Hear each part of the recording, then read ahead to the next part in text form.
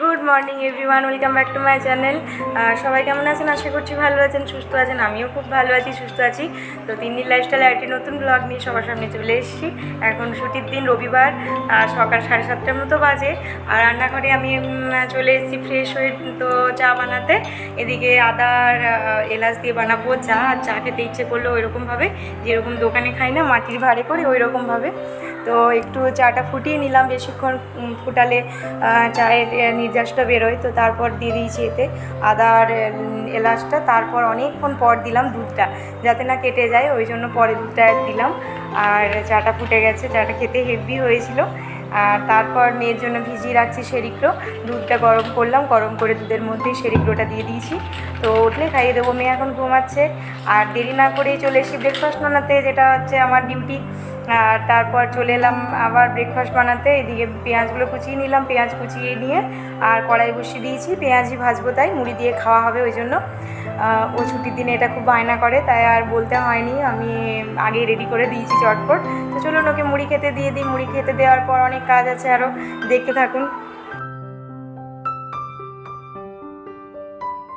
স্নান পুজো সব করার পর আবার চলে এসেছি রান্নাঘরে রান্না করতে।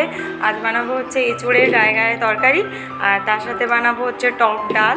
আর দেখি কী করি না করি, চলো তোমরা দেখতে থাকো। রবিবারে সাধারণত মাংসই হয়, ওই চিকেন। তো কিন্তু এই গরমের মধ্যে ভালো লাগছে না মাংস খেতে, মনে হচ্ছে হালকা পাতলা টক ডাল এইসব দিয়ে ভাত খেতে বেশি ভালো লাগছে, বা একটু দই হলো, এই দিয়েই আমার হয়ে যায়। আমার আর কিছু খেতে ইচ্ছেই করছে না এই গরমে, এত গরম। এদিকে তো প্রচুর গরম পড়ে গেছে মেদিনীপুরে, জানোই তোমরা, হায়েস্ট গরম। তো থাকা যাচ্ছে না। তো এই গরমে মনে হচ্ছে যে না খেলে আরও ভালো, ঠান্ডা জল এইসব খাওয়াই ভালো। তো দেখো টক ডাল করেছি। আর এদিকে গায়ে গায়ে তরকারিটা হয়ে গেছে, এঁচোড়ের তরকারি। ওকে বললাম যে আজকে এরকমই হবে। তো এ দেখো এঁচোড়ের তরকারি। আর তার সাথে করেছি হচ্ছে সকালের পকোড়াগুলো রাখা ছিল 4টে, আর 3জনের 3টে ডিম সেদ্ধ। আর তার সাথে ও বললো একটু পোস্ত করো, তো পোস্ত বানালাম একটু টমেটো আলু দিয়ে, একটু ঝোল ঝোল পোস্ত।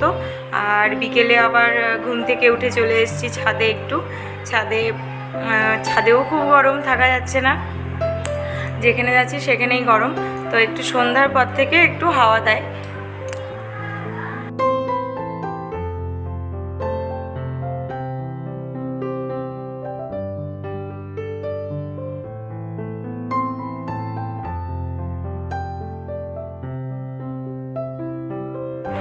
বিকেলবেলায় ছুটির দিনে একটু কোথাও ঘোরার প্ল্যান থাকে, এই কাছে পিঠেই কোথাও। কিন্তু আজকে আর সেরকম বেরোলাম না, তার কারণ হচ্ছে সন্ধ্যের পর থেকেই মেঘটা কীরকম চমকাচ্ছে, ভয়ে আর বেরোয়নি। তো বৃষ্টি হয়েছে হালকা, ওয়েদারটাও রাত্রেবেলায় ঠান্ডা করেছে। সকালে যেরকম গরম ছিল তার থেকে অনেক ঠান্ডা হয়ে গেছে। আর বৃষ্টির মধ্যে একটু মুড়ি মাখা খাবো, তাই আবার রান্না করে চলে এসেছি।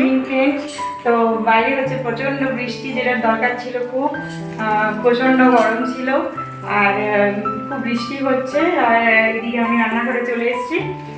ও বললো যে ঝালমুড়ি বানিয়ে দাও, মানে ঝালমুড়ির মতন মেখে দাও। তো মুড়ি মাখা করবো, তো দেখতে থাকো। শসা কুচি, পেঁয়াজ কুচি, টমেটো কুচি, লঙ্কা কুচি আর ঝাল ঝাল চানাচুর নিয়ে নিয়েছি।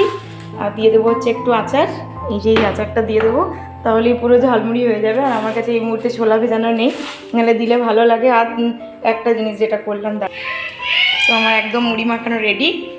এরকম বৃষ্টির ওয়েদার, তো তার মধ্যে এই মুড়ি মাখা আর তার সাথে একটু চা, দারুণ জমে যাবে, তাই না?